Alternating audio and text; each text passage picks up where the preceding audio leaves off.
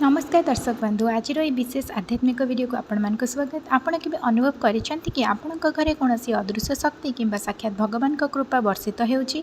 आमे समस्त घरे पूजा पाठ करूँ, ठाकुर को भोग लगाऊ, किंतु भगवान आम घरे बास करुछंती कि नहीं ताहा केमिति जानिबा। शास्त्र और पुराण अनुसार जेतेबेले कौनसी घर उपर ईश्वर विशेष कृपा थाए बा सेठारे देवता माने बास करती, सेही घरर परिवेश और सेठाकार लोकंक जीवन में किसी अलौकिक परिवर्तन देखा जाए। आज आम ये वीडियो विस्तार भाव आलोचना करबा से 10 प्रमुख दिव्य संकेत विषय जहाँ दर्शाए जे आपण घरे साक्षात भगवान का बास रही। वीडियोटी को शेष पर्यंत देखूँ, बहुत किसी जानवा पाइबे। प्रथम संकेतटी होची घर भितर अतुलनीय मानसिक शांति एवं सकारात्मक ऊर्जा। जो घरे भगवान बास करती से घर वातावरण सर्वदा शांत और पवित्र रही है। आपण बाहर जिते क्लांत हो कि चिंताग्रस्त हो घर को आसतु, किंतु घर मध्य को पाद देवा मात्रे जदि आपण मनर सब क्लांति और चिंता दूर हो जाऊँगी तेज जानवे सेठारे दिव्य शक्तिर बास अच्छी। द्वितीय संकेतटी होची घरर सदस्यों मध्य पारस्परिक प्रेम और सम्मान। जो परिवार कली झगड़ा अशांति कमी जाए परस्पर प्रति करुणा स्नेह और क्षमा भाव वृद्धि पाए, से ही घर को साक्षात माता लक्ष्मी और भगवान विष्णु निजर आवास स्थान भाव बाछि थांती। तृतीय संकेत सकाळे उठिबा मात्रे मनरे भगवत चिंता एवं शुभकर्मर प्रवृत्ति।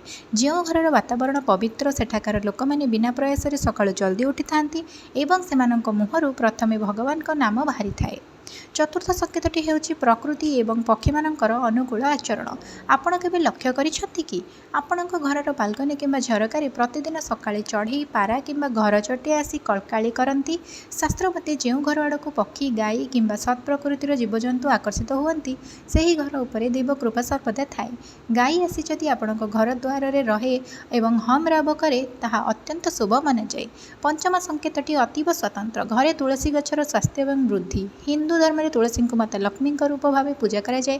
जदि आपण घर तुलसी गछ बिना कौन विशेष जत्न सब बेले हस हस सबुज और घन हो बढ़ु थाए और सुखे नहीं, तेबे बुझे से ही घरे भगवान विष्णु माँ लक्ष्मी सर्वदा कृपा दृष्टि रही। षष्ठ संकेत घर भितर स्वाभाविक भाव सुगंध बाहर। अनेक समय आप अनुभव करेंगे आपण कौन अगरबत्ती कि धूप न जलाई पूजा घर बा घर कौन कोणरू चंदन कर्पूर कि सती फूलर महक बाहरी थाए।